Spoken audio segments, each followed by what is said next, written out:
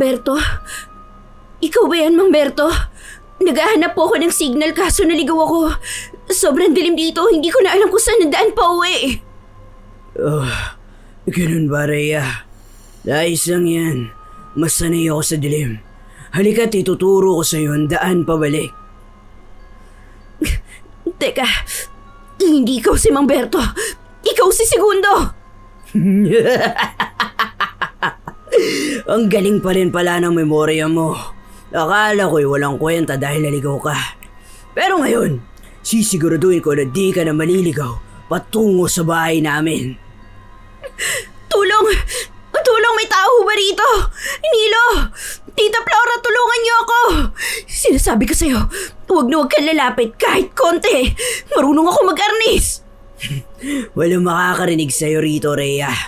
Kahit sumigaw ka hanggang sa mapatid ang hininga mo, walang magliligtas sa'yo rito sa teritoryo namin. Ma'am Rhea!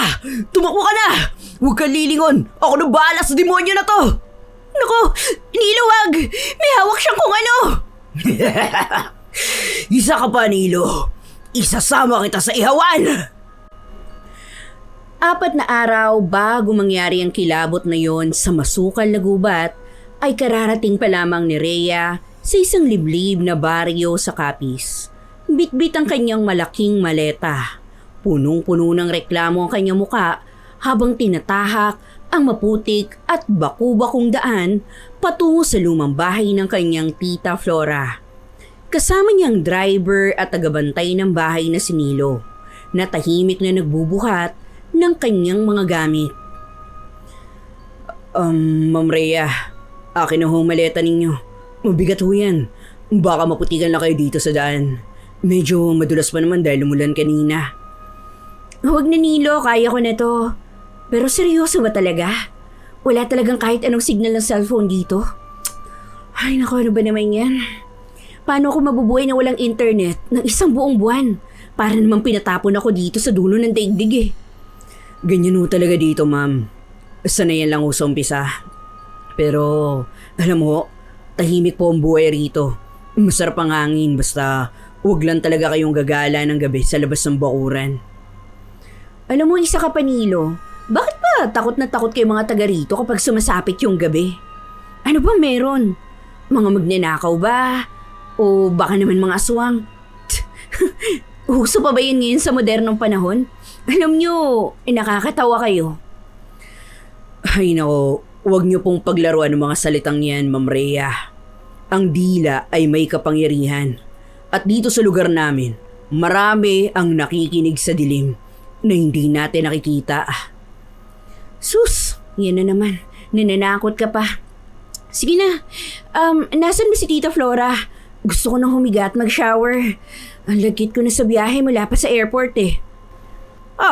Rhea, salamat naman sa Diyos at nakarating ka ng ligtas.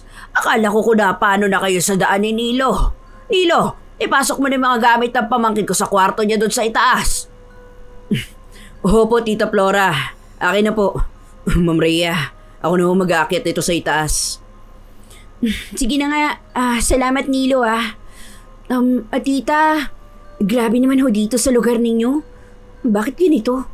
Parang walang kabuhay-buhay yung mga kapitbahay niyo rito. Ang lalayo pa ng agwat ng mga bahay tapos puro matataas na damo at naglalaki ang puno pa yung nakapaligid. Grabe. Parang, alam mo yun?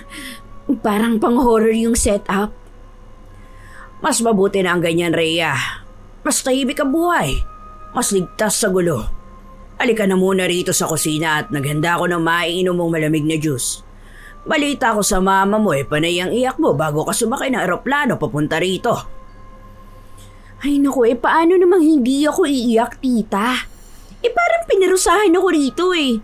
Alam mo sa Maynila, mabilis ang takbo ng buhay. Dito parang huminto yung oras. Grabe, alam mo ba? Pakiramdam ko, mababaliw ako sa inip sa loob lang ng 3 araw. Ay nako, narito ka para matutong maging simple ang pamumuhay, Rhea. Huwag mo madaliin ang lahat ng bagay. At higit sa lahat, makinig ka sa mga payo ko habang nandito ka sa pababahay ko para hindi ka mapahamak. Opo, tita. Paulit-ulit naman kayo eh. Para lang din kayo si Mama. Alam ko na po yung mga sasabihin ninyo. Inayos ni Rhea ang kanyang mga gamit sa maliit na kwarto sa ikalawang palapag ng lumang bahay. Gawa sa kahoy ang sahig kaya bawat hakbang niya ay lumilikha na lumalangit-ngit na tunog. Binuksan niya ang bintana na gawa sa copy shell para pumasok ang hangin. Mula roon ay tanaw na tanaw niya ang masukal at madilim na gubat na nakapaligid sa likod bahay ng kanyang tiyahin. Habang nakatitig siya sa mga naglalakihang puno, nakita niyang isang dalaga na nakatayo malapit sa bakod ng bahay. Maganda ito. Maputi ang balat at may kakaibang kinang ang mga mata kahit medyo madilim na ang hapon. Tao po? May tao po ba rin sa taas? Sino ka? Anong kailangan mo dyan sa bakod namin? Ay, ikaw ba yung pamangkin ni Aling Flora na galing Maynila? Nakita ko kasi ang pagdating mo kanina kasama si Nilo. Ako nga pala si Clara. Kapitbahay niyo lang ako. Diyan sa may dulo ng sapa doon sa kabila. Oo. Ako nga si Rhea. Buti ka pa. Mukhang bata-bata pa nandito na. Buti na lang at may nakita rin ako na parang kasing edad ko. Akala ko puro matatanda na yung mga nakatira sa baryong to. Alam mo, nakakainip kasi dito. Marami rin kabataan dito, Rhea. Sadyang hindi lang sila lumalabas kapag ganitong oras. May dala pala akong kakanin para sa iyo bilang pagtanggap sa pagsalubong mo rito sa amin. Masarap ito. Ako mismo ang gumawa niyan kaninang umaga. Uy, wow, thank you. Bait mo naman. Sige, bababa ako para kunin yan. Sandali lang huwag kang aalis. Mabilis na bumaba si Rhea sa hagdan ng bahay. Nakita pa niya si Tita Flora sa kusina na seryosong nagluluto ng hapunan. Ngunit hindi na niya ito pinansin at dire-diretso siyang lumabas sa gate upang salubungin si Clara. Uy, Clara! Salamat talaga dito sa kanina. May masarap nga siya. Medyo kakaiba lang yung kulay. Ano ba to? Violet na may pagkapula? Teka, anong tawag dito? Kakaiba din yung itsura niya kumpara dun sa... yung sa mga nabibili ko sa Maynila. Espesyal na kakanin yan sa amin, Rhea. Ginagamitan namin yan ng mga ugat ng halaman mula sa pinakaloob ng gubat para maging kakaibang lasa at kulay. Tikman mo na. Huwag ka nang mahiya sa akin. Gusto kong malaman kung magugustuhan mo ang luto ko. Sige nga at matikman nga. Ang sarap nga. Kakaiba yung lasa niya. Parang hopya siya. Bah, meron siyang karne na matamis na ewan pero... ang sarap talaga. Ngayon lang ako nakatikim ng ganitong uri ng pagkain. Ano ba yung sikretong sangkap nito? Masaya ako na nagustuhan mo ang regalo ko. Marami pa akong alam na lutuin na tsak na magugustuhan mo. Lalo't wala niyan doon sa pinanggalingan mo. Pwede tayo maging matalik na kaibigan. Ano? Ang sabi ko, pwede tayong maging matalik na magkaibigan kung gusto mo at para hindi ka mabagot dito. Sige ba? Wala naman akong ibang kakilala rito eh. Ang tita ko naman, puro pagbabawal lang yung alam gawin. Si Nilo naman para lagi nakakakita ng multo sa sobrang seryoso na mukha kapag kinakausap ko. Normal lang sa mga matatanda rito ang maging mapanghinala sa lahat ng bagay, Rhea. Marami kasi silang kinatatakutan ng mga kwento-kwento na wala naman talagang katotohanan. Hayaan mo sila. Basta tayong dalawang magkasama. Pwede kitang ipasyal sa mga magagandang lugar dito kapag hapon. Sige, gustong gusto ko yan. Kailan mo ba ako ipapasyal? Pwede bang bukas sa bukas din? Alam mo, gustong gusto ko na kasi makakita ng ibang tanawin. Pwede naman, pero mas maganda kung bandang hapon o bago lumubog ang araw natin. Doon natin gawin ang pagpasyal. Mas magandang tanawin dito kapag malamig na ang simoy ng hangin at medyo madilim na. Hala, bakit naman ganun? Hindi ba pwedeng umaga o tanghali para Alam mo yun, mas maliwanag yung daan at mas marami tayong mapuntahan na magagandang spots. Sensitibo kasi ang balat ko sa sikat ng araw, Rhea. Madali akong manghina at magkasakit kapag masyadong mainit ang panahon sa labas. Para akong inaasma. Kaya mas gusto ko ang gabi o hapon. Alam mo yun? Sa bagay, may mga tao talagang mabilis masunog ang balat sa araw. O kaya yung may mga skin allergy. Sige, walang problema sa akin. Mas gusto ko rin naman yung medyo malabig ang panahon kaysa sa sobrang lagkit ng pawis. Okay, sige. Deal. Bukas ng hapon, Oo, aasahan kita, Rhea. Siguraduhin mo lang na hindi ko kontra ang tita mo, Minsan kasi, masyado silang protective sa mga bagong tao dito sa amin. Lalo na't galing ka ng Maynila. Ay naku, huwag mong alalahanin yun si Tita Flora. Kaya ko naman tumakas sa gumawa ng kung anong alibay. Bata pa naman ako para diktahan niya sa lahat ng oras.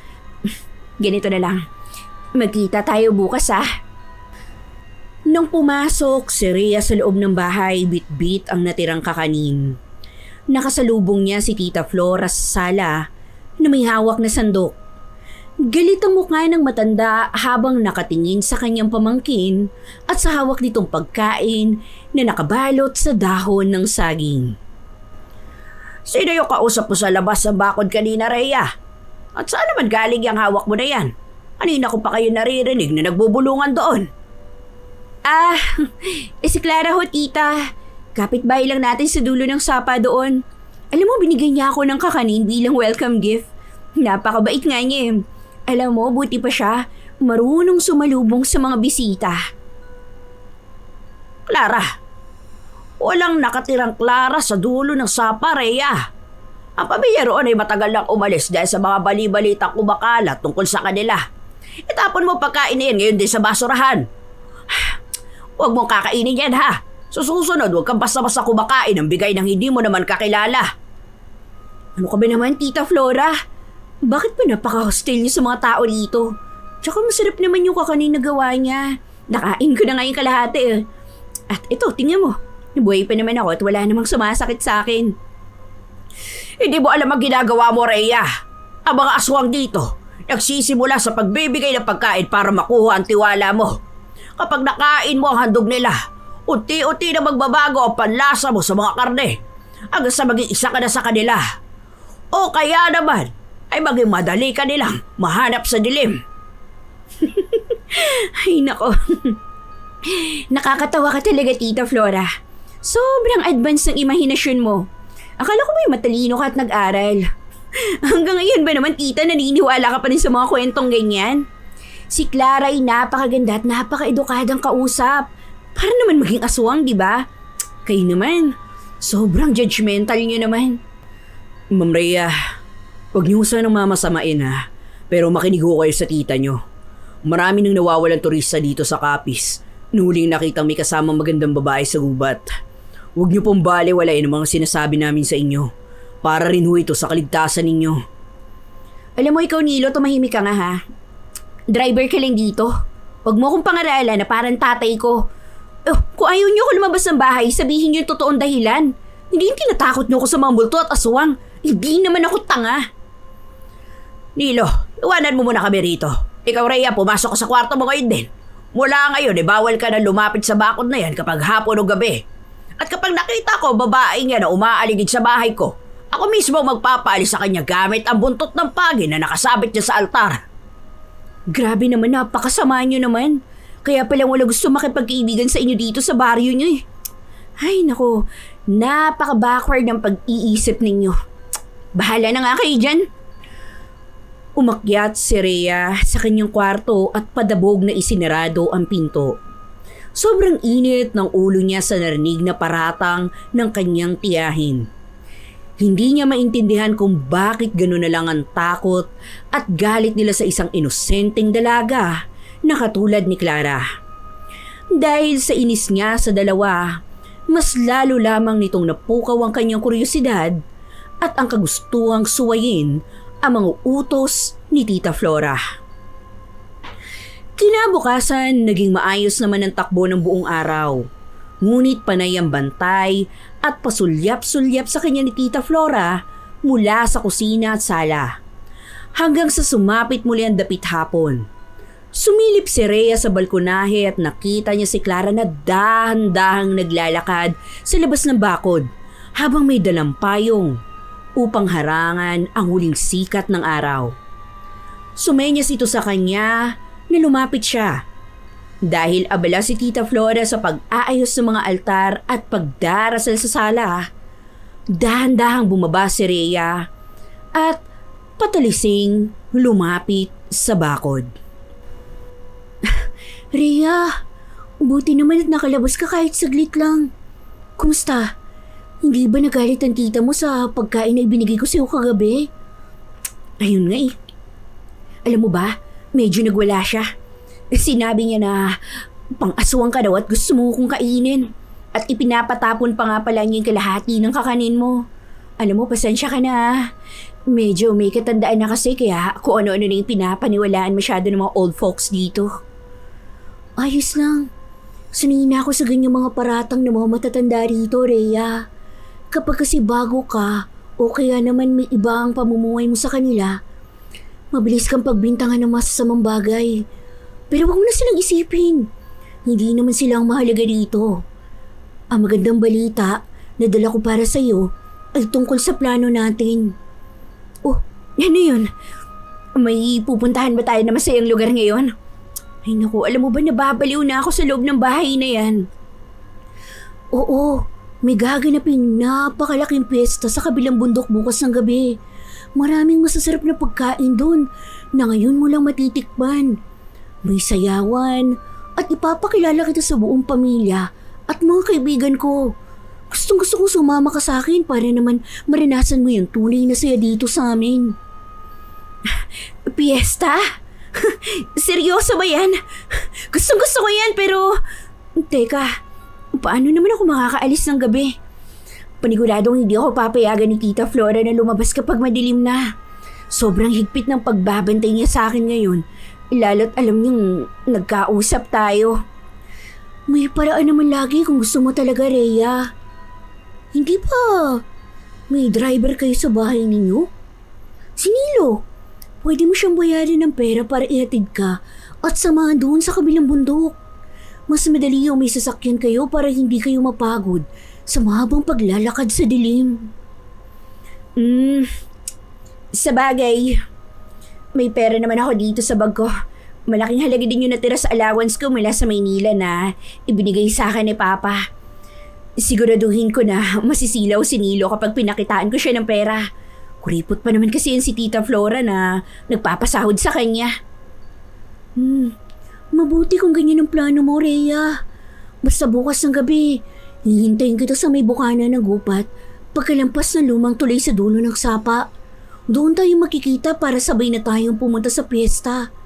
Pero, pakiusap ko lang sana. Huwag kang magsasama ng iba maliban kay Nilo, ah. Ayaw kasi ng pamilya ko na maraming estranghero sa aming, alam mo na, pribadong pagdiriwang. Okay, sige Clara. Maaasahan mo ako tungkol dyan.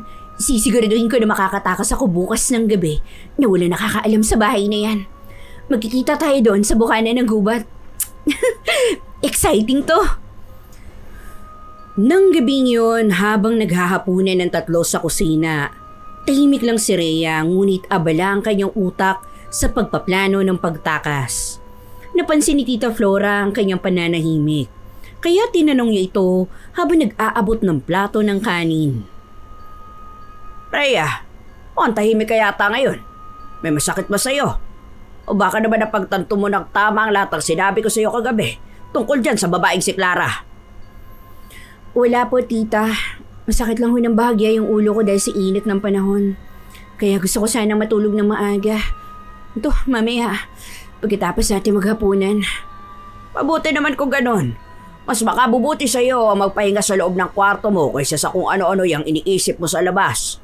Nilo, siguraduhin mong nakakandado na maigi ang lahat ng pinto at bintana bago ka matulog mamayang gabi, ha? Opo, Tita Flora. Sisiguraduhin ko po na walang makakapasok at wala rin makakalabas ng bahay na ito nang hindi natin nalalaman o naririnig. Mas mabuti na mag-ingat ngayon dahil lumalalim na naman ang gabi sa baryo. Bakit naman kailangan ikandado pati mga bintana, Nilo? Sobrang init kaya dito sa bahay na to. Paano makakapasok ng hangin niya? Gusto niyo ba ako mamatay sa init sa loob ng kwarto ko? Mas mabuti na mamatay ka sa init, Rhea. Kaysa naman sa kung anong lumilipad na nilalang ang biglang pumasok sa kwarto mo, aba mahimbing ang tulog mo. Sundin mo na lang yung mga sinasabi ko kung ayaw mo maging hapunan ng iba dito sa amin. Ay, nako. Opo, tita. Kayo naman yung laging tama rito eh. Sige na, tapos na akong kumain. Aakit na ako sa kwarto ko para makapagpahinga na ako na maayos. Good night na lang sa inyo. Umakyat si Rhea sa kanyang kwarto at nagkunyaring natulog sa kanyang kama. Nang masiguro niyang tulog na si Tita Flora dahil sa tahimik na ang buong paligid at sa lakas ng huni ng mga kuliglig sa labas, dahan-dahan niya binuksan ang pinto ng kanyang silid. Hawak niya ang kanyang maliit na bag kung saan nakatago ang 5,000 piso. Patalisik siyang bumaba ng hagdan. Iniiwasang matapakan ang mga bahagi ng kahoy sa sahig na lumilikha ng ingay. Nakarating siya sa garahe sa likod ng bahay kung saan nakita niya si Nilo na kasalukuyan nag-aayos at nagpupunas ng lumang owner-type jeep sa ilalim ng maliit na bombilya na nagbibigay ng dilaw na liwanag. Nilo! Psst! Huy! Nilo! Lumapit ka dito, dali! Ma'am Rhea? Sandali. Bakit gising ho kayo? Tsaka bakit ganyan ho yung suot nyo? Akala ko po ba masakit ang ulo nyo at natutulog na kayo sa kwarto nyo sa taas? Baka makita ho kayo ni Tita Flora dito. Shh! Huwag kang maingay. Baka magising mo si Tita Flora sa lakas ng boses mo. Nilo, kailangan ko ng tulong mo ngayon din. Tsaka huwag ka na marami pang tanong ha. Ang tulong po? Teka, anong tulong yung magagawa ko para sa inyo sa kalagitnaan ng gabi? Oras na po ma'am para matulog. Mapanganib ng labas at bakura natin ngayon. Ihatid mo ko sa kabilang bundok, Nilo. Doon sa may bukana ng gubat. Pagkilampas ng lumang tulay sa dulo ng sapa, may pupunta na akong piyesta doon kasama si Clara. Ngayon ang gabi ng selebrasyon nila. Ano? Teka nga Ma'am Rhea, nababaliw na ba kayo? Alam niyo ba mahigpit na ipinagbabawal ng Tita Flora niyo ang pumunta kayo doon sa kabilang bundok? Lalo na kapag ganitong oras ng gabi. At kasama mo pa talaga yung Clara na yan. Napakadelikado ho ron. Walang matitinong tao ang pumupunta doon kapag madilim. Ay nako, ano ba naman to? Grabe ka naman, Nilo. Huwag mo na akong pangaralan ng kung ano-ano. Tingnan mo to. 5,000 piso to. Buo ito at sa'yo na lahat kung ihahatid mo ako doon ngayon at sasamahan mo ako sa loob. Ano ka ba? Malaking halaga to para sa'yo, di ba? Tsaka isang gabi lang naman to. Pagkatapos ng piyesta ay uuwi rin tayo agad na wala nakakaalam sa bahay na to. Isipin mo ang pamilya mo sa probinsya na mapapadalhan mo nito. Ay, Ma'am Rhea, hindi po basta perang pinag-uusapan dito sa Capiz. Alam ko po ang panganib sa kabilang bundok kapag ganitong oras. Hindi lang ako simpleng gubat ang nandoon. Pugad yan ng mga hindi natin kapares. Mga halimaw na nag-aanap na mabibiktima. Hindi kayo ligtas doon kahit may sasakyan pa tayo. Nilo naman. Pakiusap naman oh. Samahan mo naman ako. May sasakyan ka. May dala ka pang mahabang itak na palagi dyan sa sinasakyan mo, di ba? Oh, ano naman kinatatakutan mo? Tsaka lalaki ka naman eh. Sige na. Ngayon lang naman ako hiling sa'yo ng ganito eh. Kapag hindi mo ako sinamahan, tatakbo ko mag-isa doon sa dilim. At kapag may nangyaring masama sa akin sa daan, kasalanan mo rin dahil hindi mo ako tinulungan. Isusumbang kita ka pa pagtawag ko. Ma'am Rhea, huwag niyo po akong pilitin sa ganyan.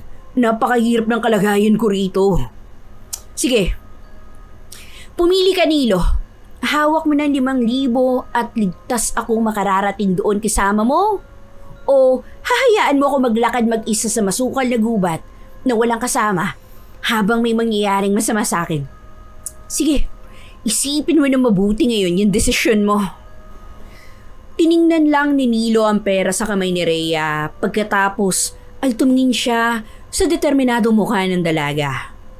Bakas ang labis na takot at pag-aalangan sa kanyang mga mata. Ngunit sa huli ay napabuntong hininga ang driver at kinuha ang pera mula sa kamay ni Rhea upang itago ito sa kanyang bulsa. Sige na nga, Ma'am Rhea. Pero sa isang kondisyon. Kapag naramdaman ko may hindi magandang nangyayari doon sa lugar na pupuntahan natin, aalis tayo agad nang walang reklamo at walang tanong-tanong mula sa inyo. Maliwanag ho ba ang usapan natin? Okay, deal. Walang problema, Nilo. Basta ihatid mo lang ako doon na ligtas at samahan mo ko. Maraming salamat talaga. Buti na lang at madali kang kausap kapag seryosong bagay. Sumakay na ho kayo sa sasakyan na mabilis, ma'am. Daan-daan lang po ang pagsara ng pinto para hindi lumikha ng kalabog. Hinaan ko na lang ang takbo ng makina habang papalabas tayo ng bakuran para hindi magising si Tita Flora sa sala. Sige. Dalian natin bago pa may makakita sa atin sa loob ng bahay.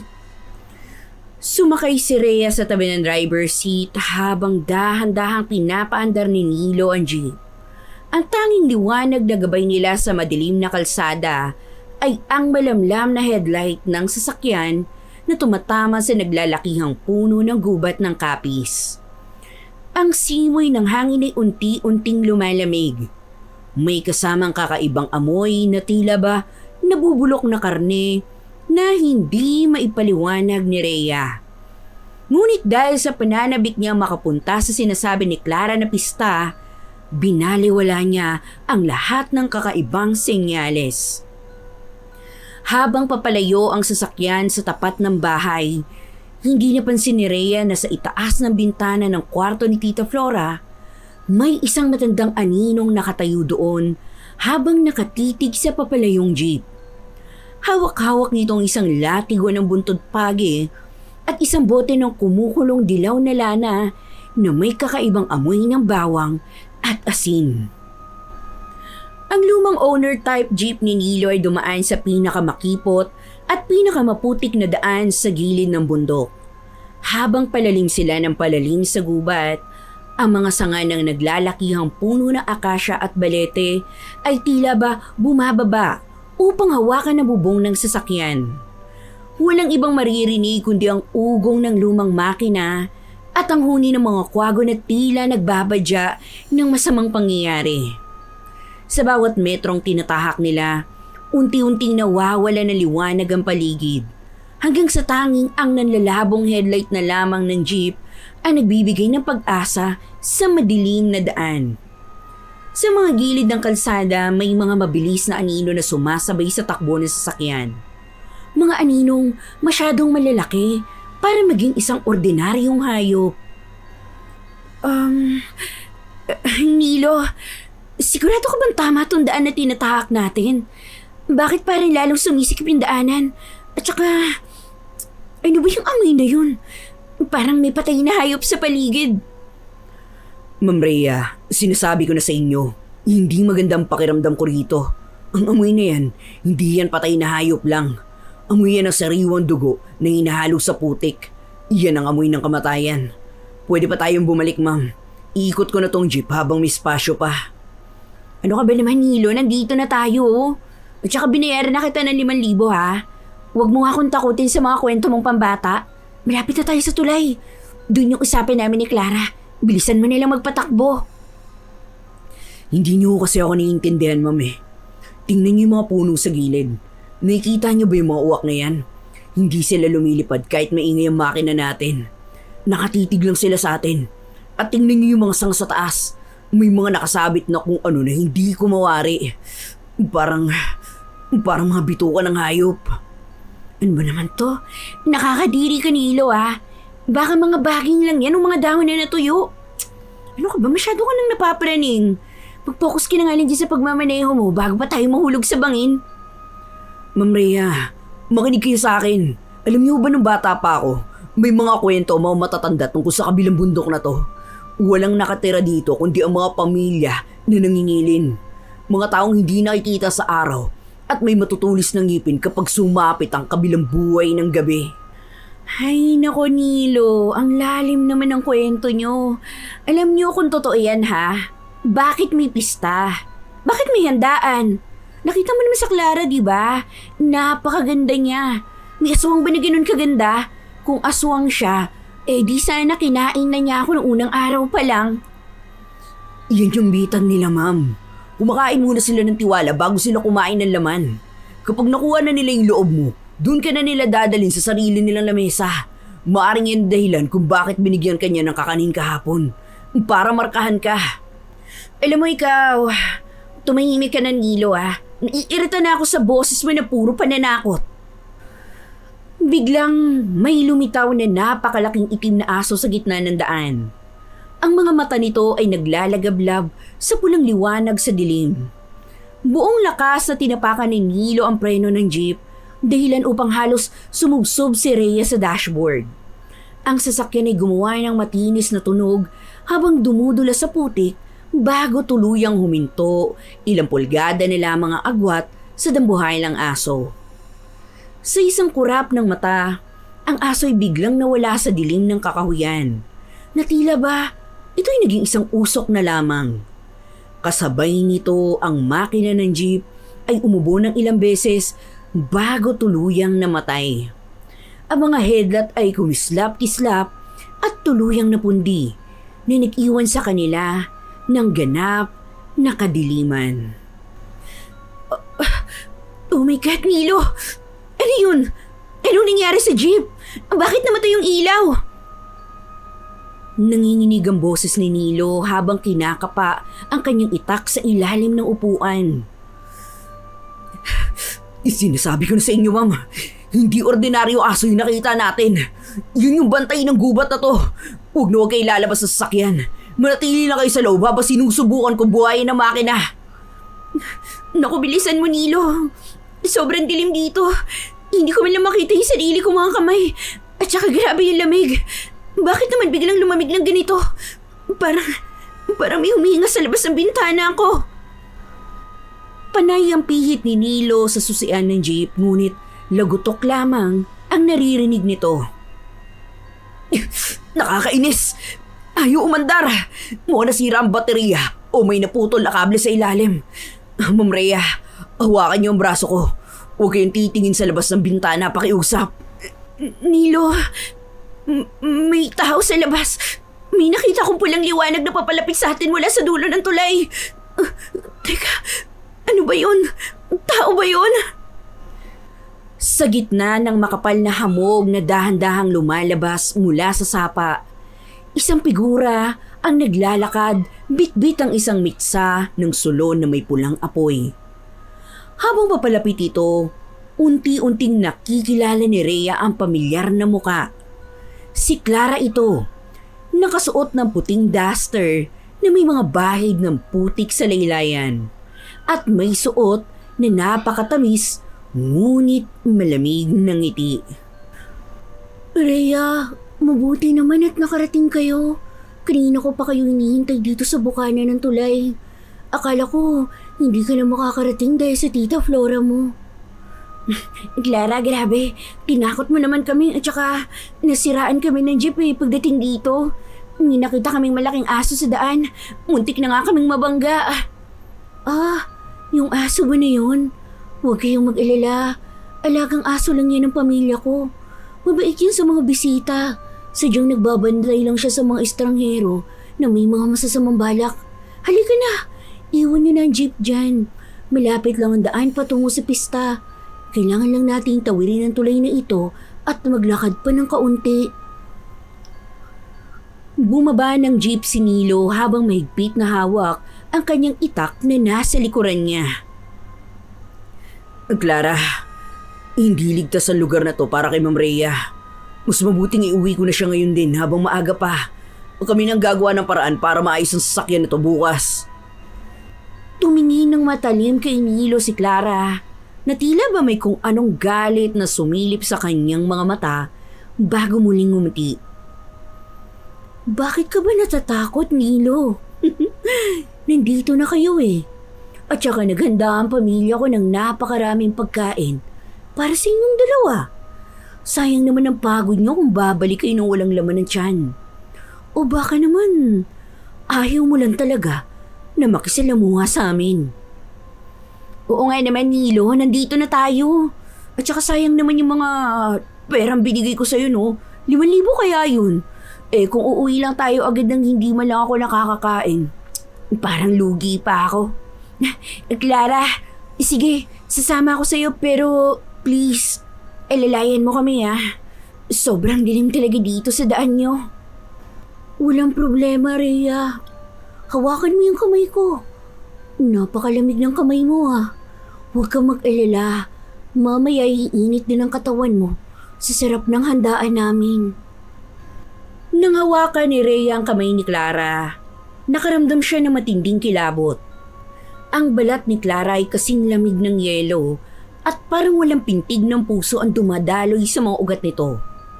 Ngunit dahil sa kagustuhan niyang patunayan na mali si Tita Flora, pinilit niyang balewalain ang kanyang nararamdaman.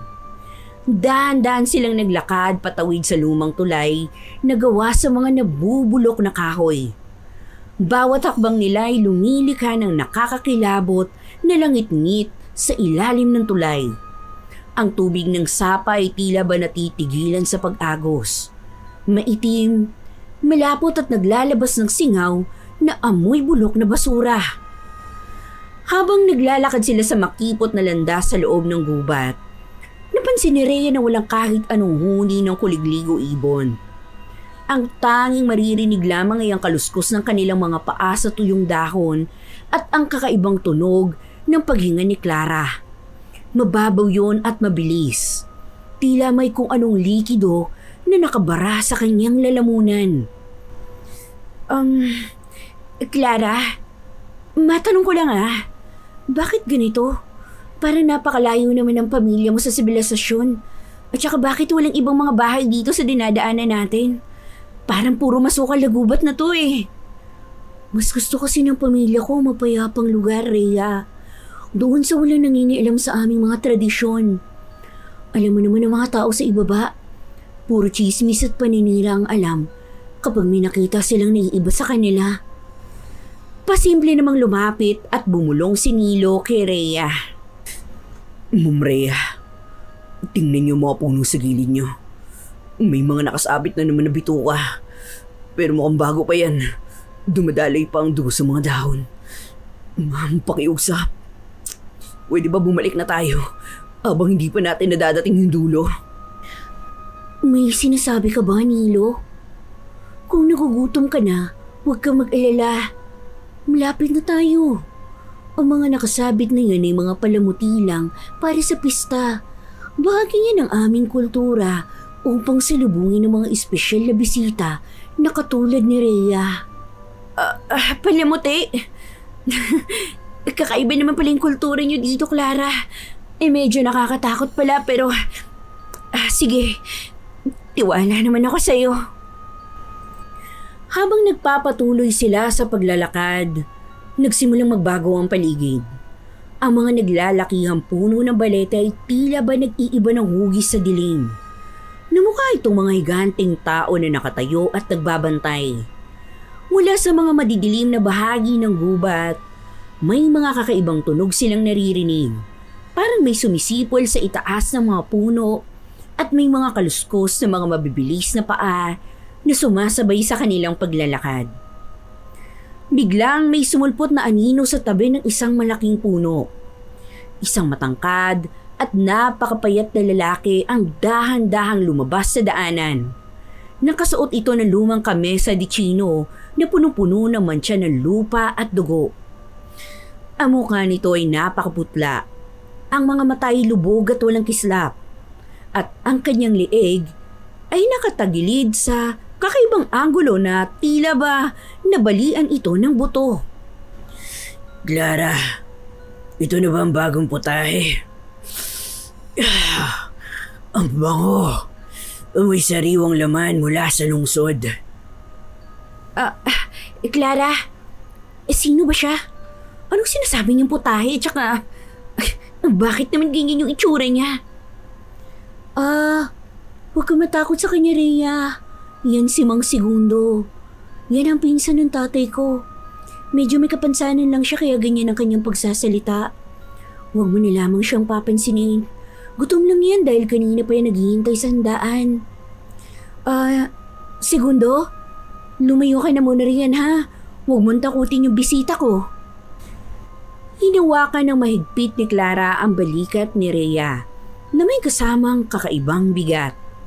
Ngumiti naman ng malapad ang lalaki na nagpakita ng kanyang matutulis at maiitim na ngipin bago dahan-dahang umatras pabalik sa madilim na gubat. Hintayin ko na lang kayo sa lamesa, Clara. Siguraduhin mo. Siguraduhin mo hindi sila alis. Ma'am Rhea, nakita niyo ba yung ngipin ng lalaking yun? Hindi tao mga yan. Sila ang mga asong na sinasabi ni Tita Flora niyo. Kailangan na natin tumakbo ngayon din. Hinigpitan ni Lilo ang hawak sa kanyang itak at akmang hihilahin na si Rhea pabalik nang biglang sumulpot ang 3 figura mula sa mga puno sa kanilang likuran. Ang mga ito ay gumagalaw sa paraang hindi makatao. Parang mga gagamba na gumagapang sa lupa. Ang ilan naman ay may matutulis na kuko na may hawak na mga dugo ang sako. Nakapalibot na sila sa likuran ni Rhea at Nilo kaya wala na silang madaanan pabalik sa tulay.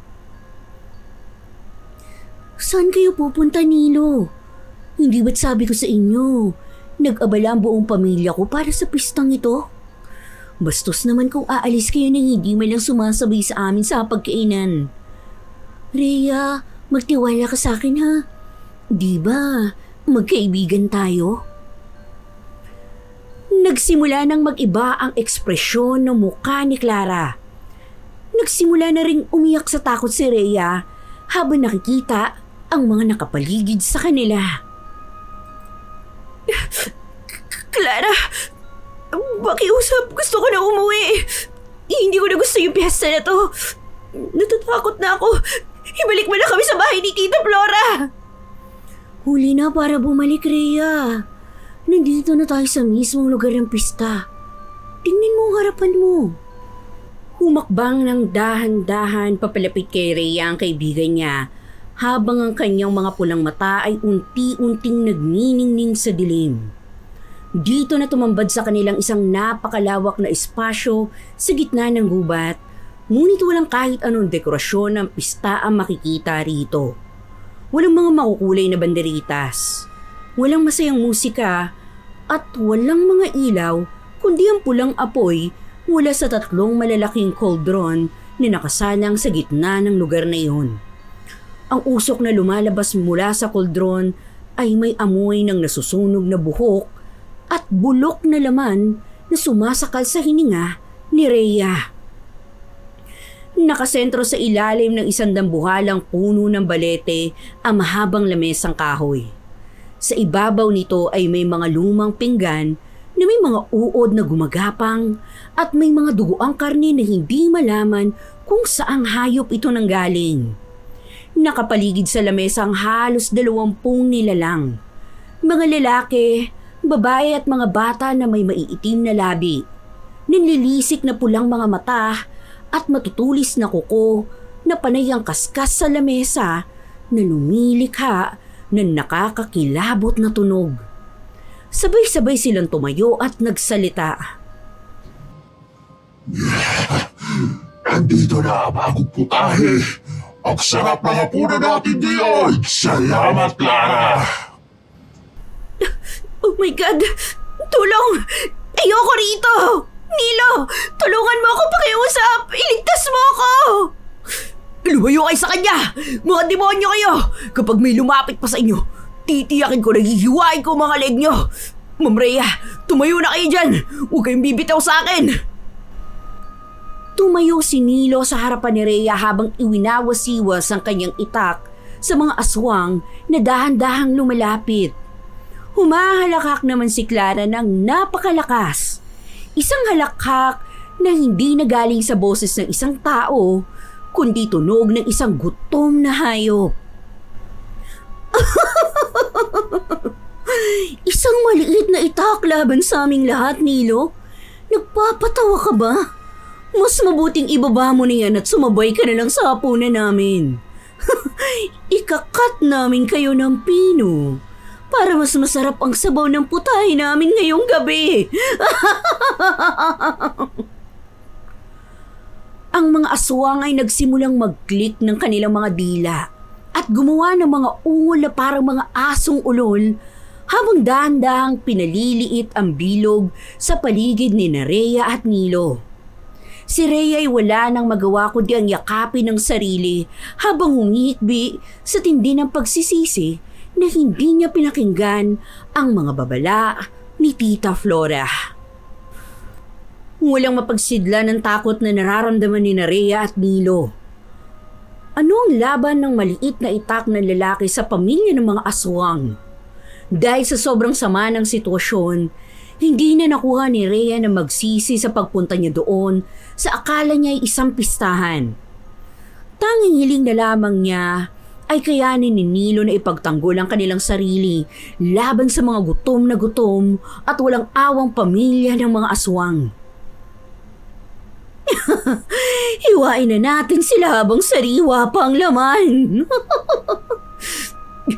Huwag kayo lalapit. Tatagain ko ang unang akbang.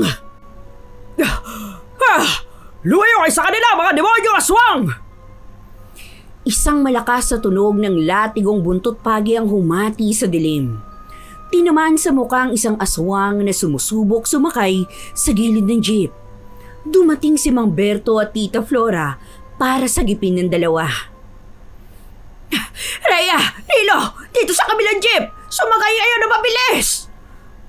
Tita Flora, Mang Berto, paano kayo nakarating dito? Wala na oras para magkwento, Rhea.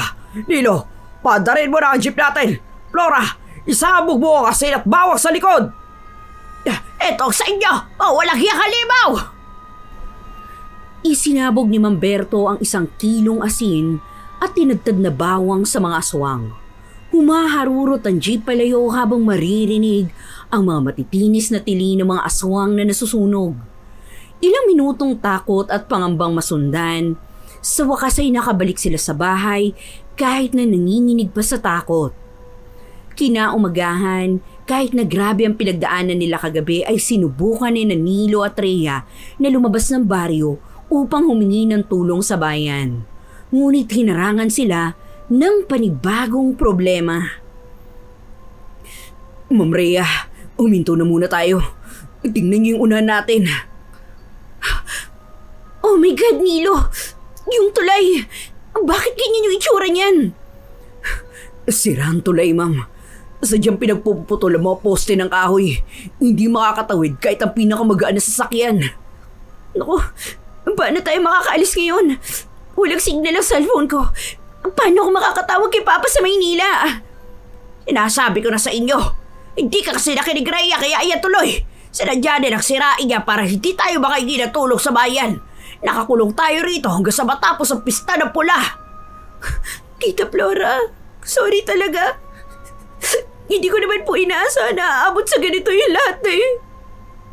Wala na magagawa ang sorry mo ngayon, Rhea. Ang mahalaga ay mag-ingat tayo sa bawat hakbang natin simula ngayon. Habang lumilipas ang mga araw, ay napansin ni Rhea ang unti-unting panghihina ni Nilo at hindi na maigalaw na maayos ang kanyang kaliwang kamay. Nilo, bakit ganyan yung braso mo? Bakit huling itim at parang may kakaibang amoy? Wala to. Maliit na galos lang to, Ma'am Rhea. Nakuha ko nung gabi ng pagtakas natin sa gubat. Kaya ko pa naman. Hindi yan ordinaryong sugat, Nilo. Amandag ng aswang ang dumadaloy sa mga ugat mo mula sa kalmot ni Clara. Hala, Nilo, nakalmot ka pala ni Clara. Bakit hindi mo sinabi? Sa sobrang taranta ko, hindi ko na rin naalala eh. Pero maliit lang naman to. Baka namamagalan dahil sa impeksyon. Mang Berto, may gamot ho ba dito? Pakiusap po. Tulungan ho ninyo si Nilo. Sinasabi ko sa'yo, Nilo, amandag yan at hindi yan basta-basta nagagamot. Kailangan nating mapatay ang mismong aswang na nakakalmot sa'yo bago matapos ang 2 linggo. Kung hindi, tuluyan na mabubulok ang katawan mo at magiging katulad ka na rin nila. Naku, paano na tayo yan? Iilan na lang tayo, nasaktan pa si Nilo. Huwag ko kayo mag-alala, Ma'am Rhea. Gagawin ko pa rin ang tungkulin ko nabantayan kayo hanggang sa uli. Dahil sa tindi ng desperasyon na makahanap ng signal ng cellphone para makatawag ng tulong, palihim na lumabas si Rhea patungo sa gilid ng gubat nang hindi nagpapaalam. Ilang minuto lang ay naligaw na siya ng daan at hindi na alam kung saan ang daan pabalik. Madilim na ang gabi at kinakabahan na rin siya. Mabuti na lamang ay nakita niya ang imahe ni Mang Berto sa likod ng punong kahoy. Mang Berto? Ikaw ba yan? Mang Berto, naghahanap po ako ng signal kaso naligaw ako. Grabe, sobrang dilim dito. Hindi ko alam kung nasaan yung daan pa uwi. Ganun ba, Rhea? Ayos lang yan. Masanay ako sa dilim. Halika, ituturo ko sa'yo ang daan pabalik.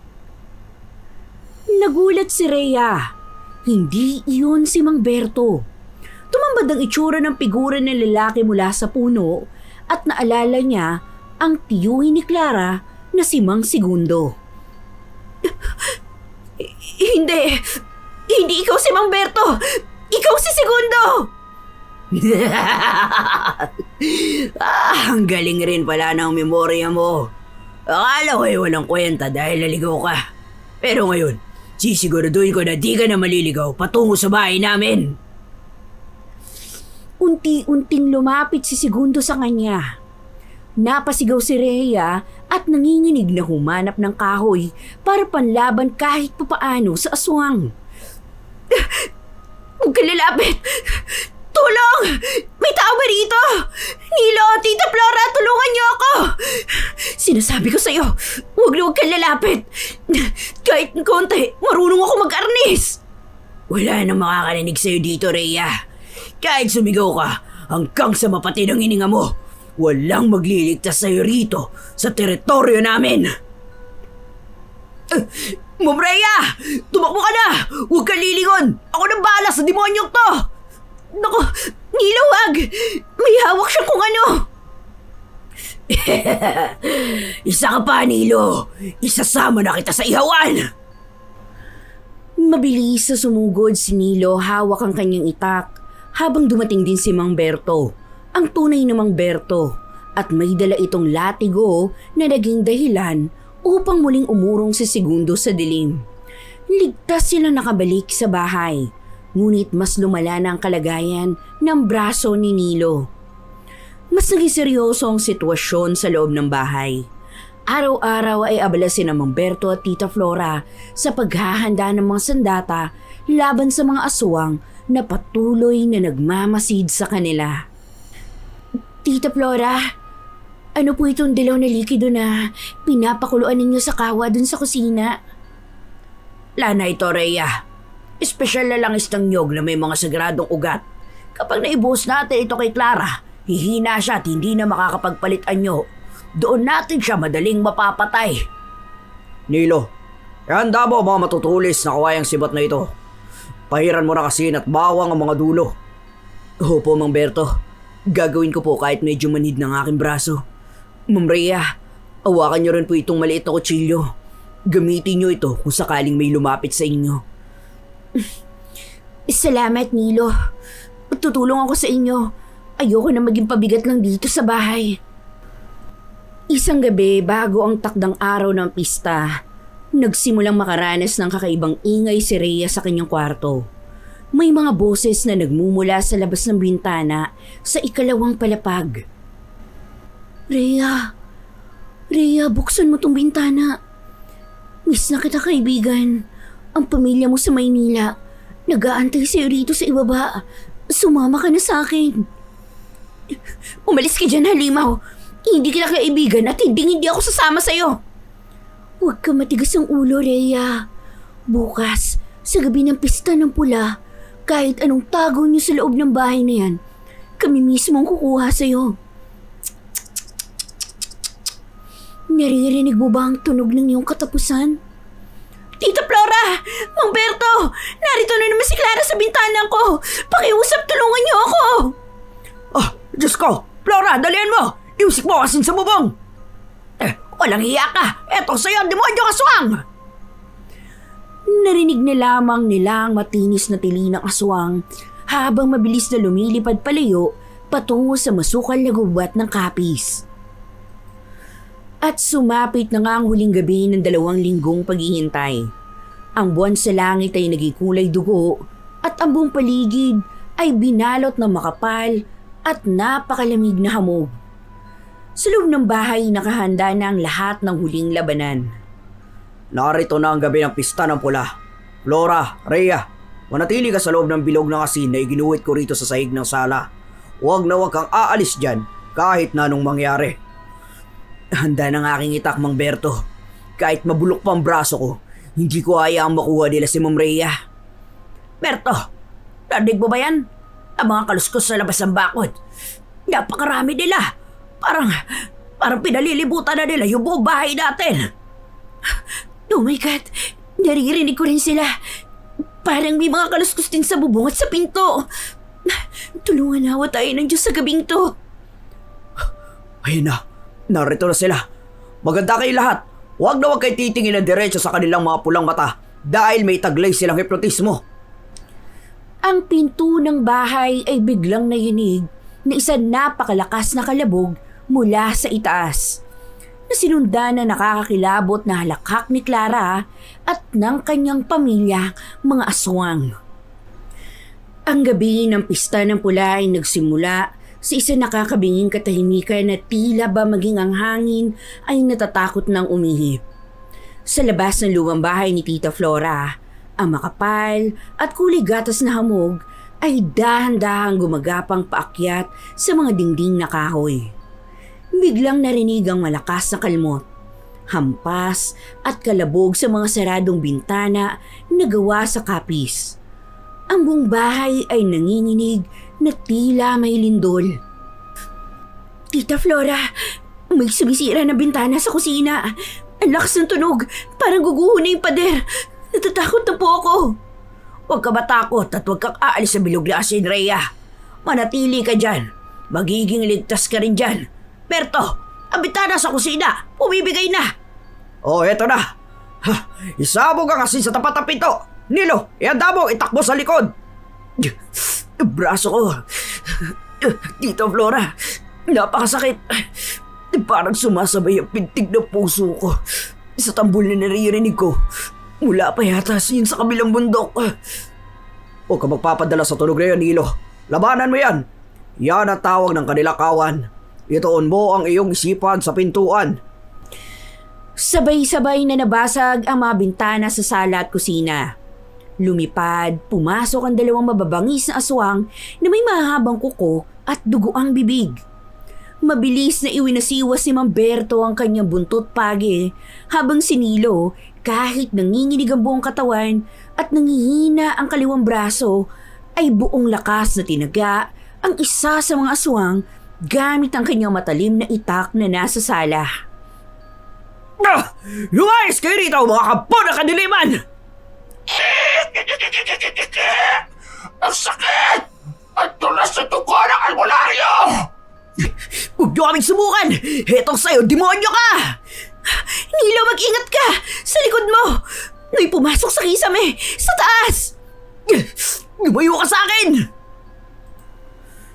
Mula sa kisame, dahan-dahan bumaba si Clara na parang isang higanting gagamba. Ngunit hindi na siya magandang dalagang nakilala ni Rhea noong unang araw.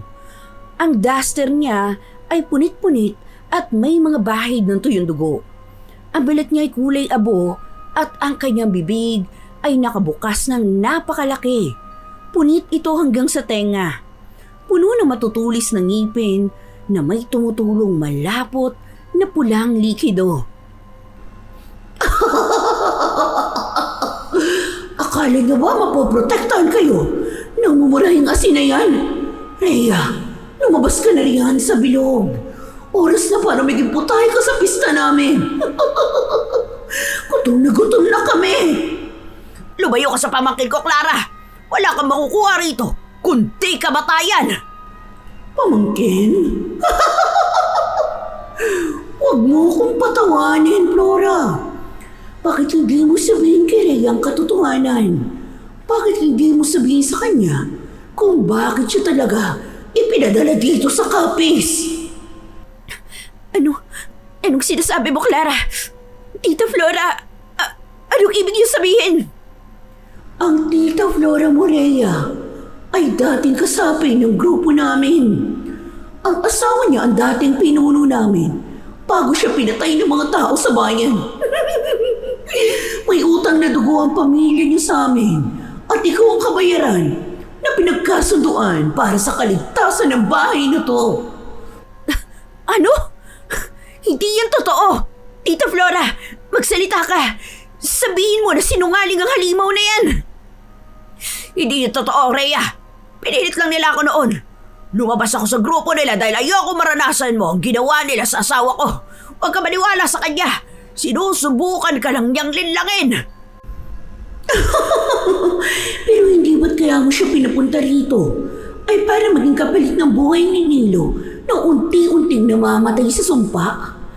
Alam mo na mamamatay si Nilo, kaya kailangan mo ng sariwang dugo para isakripisyo sa amin. Tita Flora, totoo ba? Totoo bang ginamit niyo lang ako para iligtas si Nilo? Para protektahan ng sarili ninyo? Hindi, Rhea. Makinig ka sa akin. Oo, ay mga bagay ako na hindi nasabi sa'yo dahil sa takot.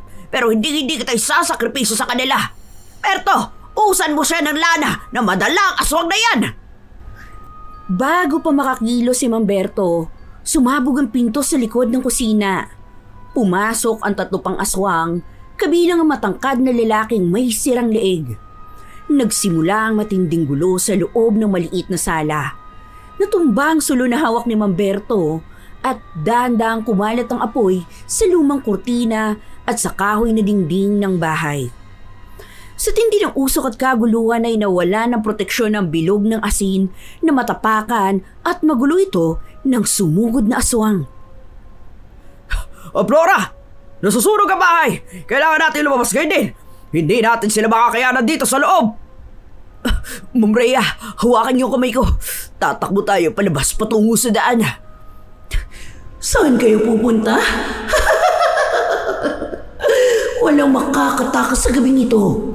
Pinalilibutan na ng pamilya ko ang buong bakuran ninyo. Nilo, natatakot ako. Nagapoy, ang daming aswang sa labas. Berto, harangan mo sila. Tumakbo ka patungo sa gubat, Rhea, at huwag kang hihinto. Dahil sa tindi na makapalang usok na nasusunog na bahay at sa takot na makain ng buhay, napilitan tumakbo si Rhea palabas ng pinto patungo sa madilim at matinik na gubat. Sa tindi ng panik at sa kapal ng hamog sa labas, hindi niya napansin na nagkahiwalay na sina Tita Flora at Mang Berto sa bakuran. Sinilo na lamang ang nakasunod sa kanya habang maririnig ang nakakakilabot na halakhak ni Clara at ng iba pang mga aswang na humahabol sa kanila sa dilim ng kakahuyan. Nilo, nasaan sina Tita Flora? Bakit tayo lang magkasama dito sa gubat? Hindi ko alam, Ma'am Rhea. Masyadong magulo kanina sa bakuran. Tuloy lang ang takbo. Huwag na kayo lilihon sa likuran natin. Ang mga baging nasusugatan yung mga binti ko. Hindi ko na kaya, Nilo. Sobrang hapdi na ng mga sugat ko.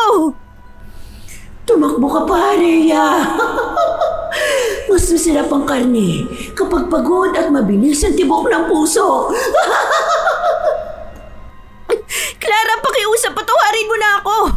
Ano ba nagawa ko sa'yo? Huwag mo siya kausapin, Ma'am Rhea. Tumuloy ka na sa pagtakbo. Malapit na tayo sa sapa.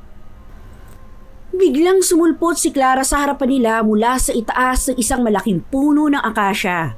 Sa isang iglap, buong lakas itong itinulak ni Nilo gamit ang kanyang mahabang paa dahilan upang gumulong ang driver pababa sa gilid ng maputik na sapa.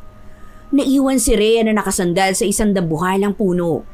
Nanginginig at umiiyak habang dahan-dahang lumalapit ang aswang na si Clara. Sabi ko sa iyo, Rhea, espesyal ka sa amin. Tingnan mo aking bibig, sabik na sabik, sa mainit at sariwang dugo mo mula sa Maynila. Clara, pakiusap. Huwag. Nag-imabuti naman akong kaibigan sa'yo, di ba? Bakit mo itong ginagawa sa akin? Kaibigan? Walang kaibigan kapag gutom ang pamilya, Rhea. At ang dugo mo ang magbibigay sa amin ng lakas para sa susunod na mga taon. Akma ng kakagatin ni Clara ang leeg ni Rhea na biglang sumugod si Nilo mula sa sapa. Kahit nangingitim ng kanyang buong kaliwang braso at halos hindi na makahinga sa tindi ng lason sa kanyang katawan, hinarang niya ang kanyang sarili at buong lakas na iwinasiwas ang kanyang itak upang saksakin si Clara sa balikat. Lumayo ka sa kanya, Clara! Hindi mo siya makukuha hanggat buhay pa ako! Ang lakas na loob mo, Nilo. Kahit nabubulok na yung katawan mo, nakukuha mo pa lumaban. Dahil protektahan ko, tungkulin ko na protektahan si Ma'am Rhea! Tungkulin? Tingnan natin kung hanggang saan aabot ang katapangan mo ngayon. Buong lakas na bumao na matutulis na kuko ni Clara sa dibdib ni Nilo. Nagsisisigaw sa tindi ng sakit ang driver habang dahan-dahang napapaupo sa putik. Ngunit gamit ang kanyang natitirang lakas ay mahigpit niya niyakap ang mga paa ng aswang upang hindi ito makalapit kay Rhea. Nilo, wag! Pakiusap, bitawan mo siya, Clara! Nilo, laban lang! Teka, nasaan na ba yung itak mo? Ma'am Rhea, tumakbo na! Huwag kang lilingon! Tumakbo ka na! Mamatay ka na, Nilo! Tulong! Saklolo, may tao ba rito? Tita Flora, Mang Berto, tulungan niyo kami! Kahit sino, please, tulungan niyo si Nilo! Sa kalagitnaan ng nakakakilabot na tagpong yun, biglang sumulpot mula sa makapal na hamog sina Tita Flora at Mang Berto.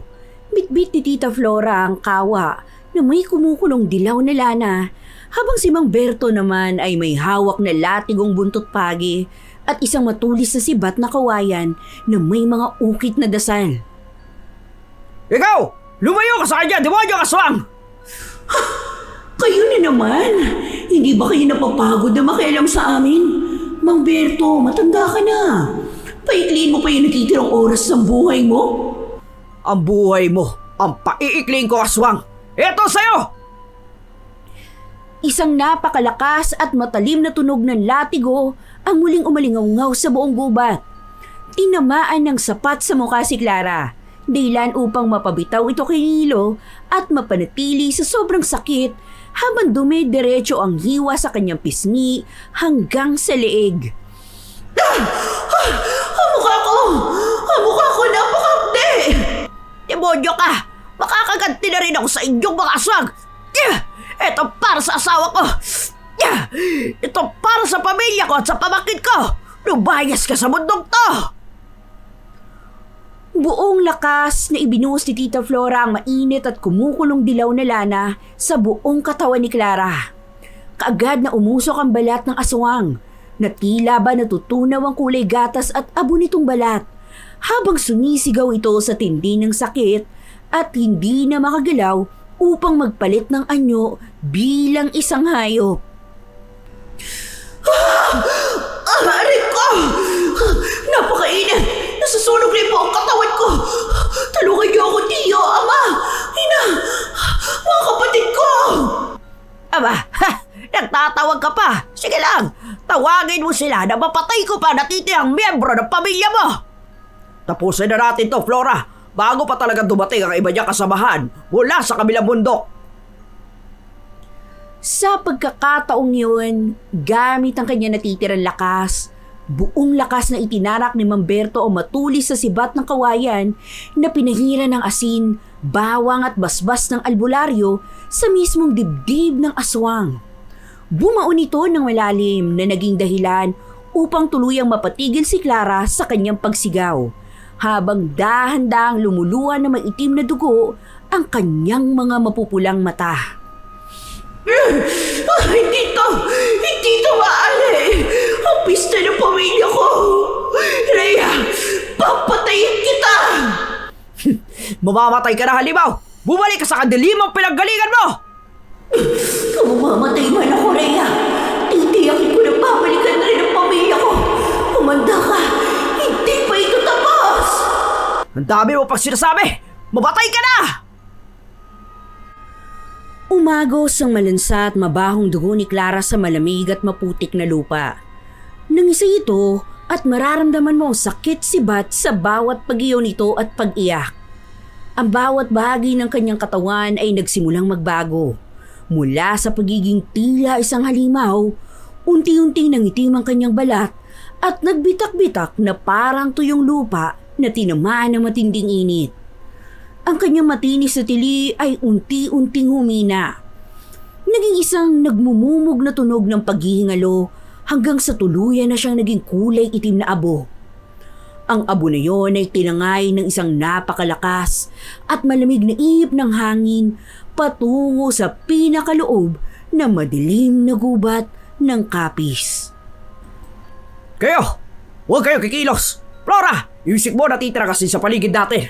Baka may mga kasamahan pa siya na sumunod. Tapos na, Berto. Wala na. Patay na si Clara. Oh, pero marami pa rin siyang mga kalahi. Hindi natin alam kung kaano ba talaga sila karami. Alam ko, Berto. Pero iba na ang pakiramdam ko. Iba na ang katahimikan ng gubat. Alam ko nagsisialisa na ang iba pa niya kasamahan dahil sa takot. Nilo! Nilo! Pakiusap magsalita ka! Huwag mo kong iiwan! Kasalanan ko lahat ng to, Nilo! Nilo! Hingal na hingal si Nilo at nanginginig ang buong katawan niya habang nakahiga sa putikan. Ma'am Rhea. Ma'am Rhea, okay lang ako. Huwag ko kayo umiyak ng ganyan. Para sa akin. Paano okay lang? Tignan mo nga yung braso mo, Nilo. At saka yung dibdib mo. Punong-puno ng dugo dahil sa mga kuko ng halimaw na yan. Patawarin mo ako, Nilo. Napakamakasarili ko. Napakatigas ng ulo ko. Kasalanan ko lahat ng to, kaya patawarin mo ako, Nilo. Sa gitna ng paghagulgol ni Rhea, ay bahagyang umiti kahit bakas ang matinding sakit sa mukha ni Nilo. Tungkulin ko na protektahan kayo, ma'am.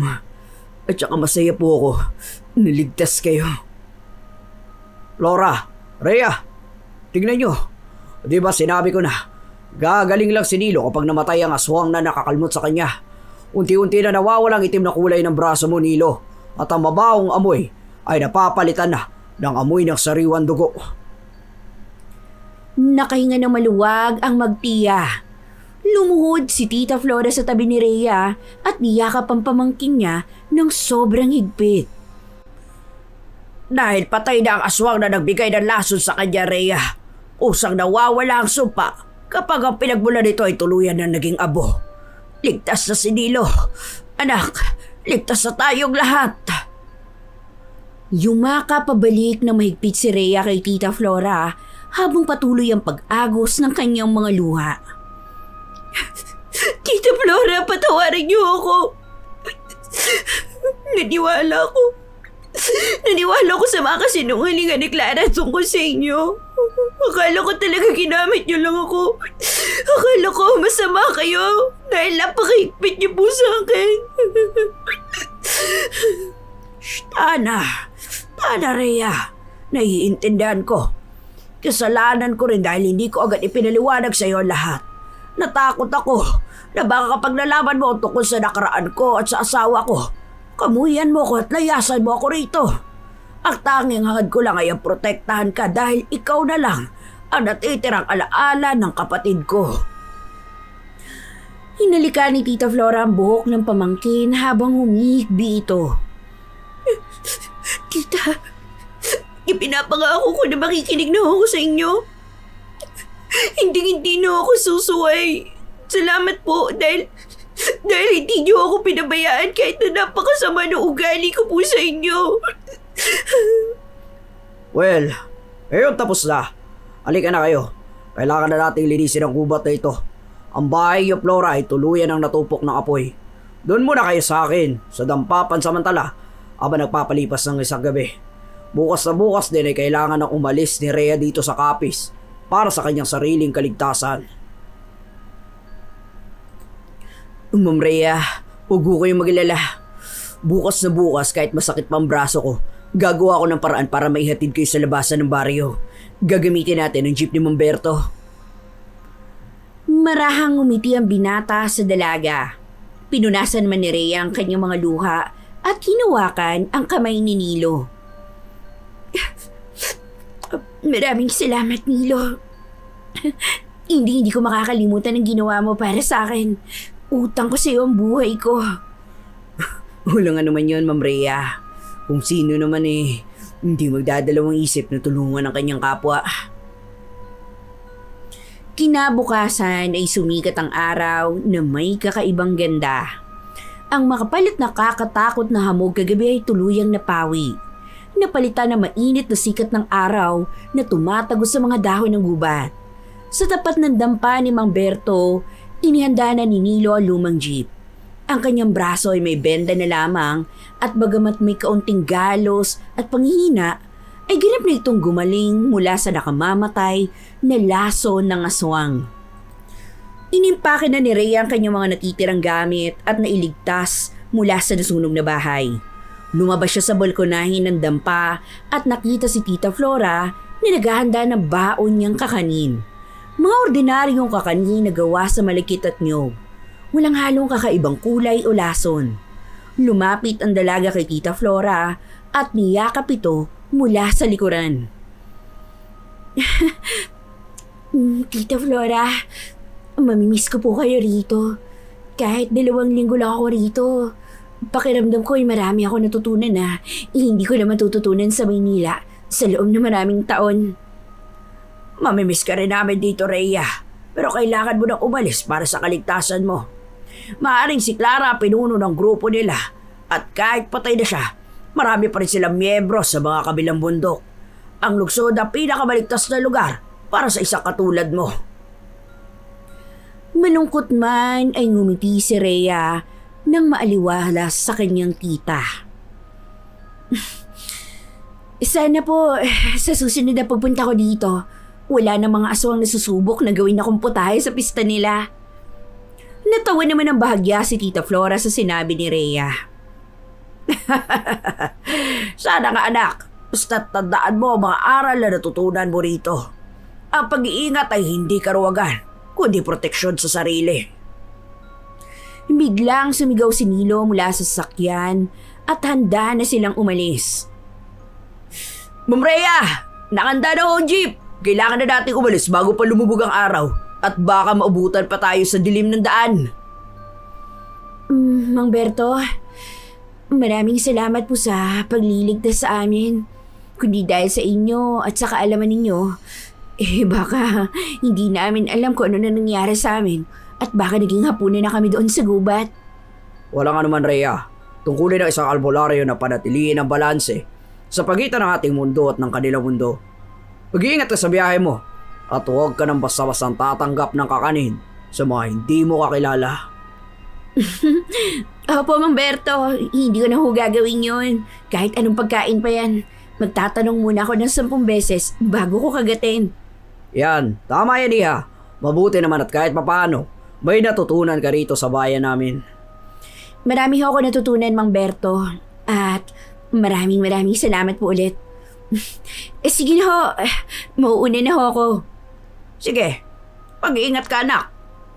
Paalam po, Tita Flora at Mang Berto. Sumakay si Rhea sa tabi ni Nilo sa jeep.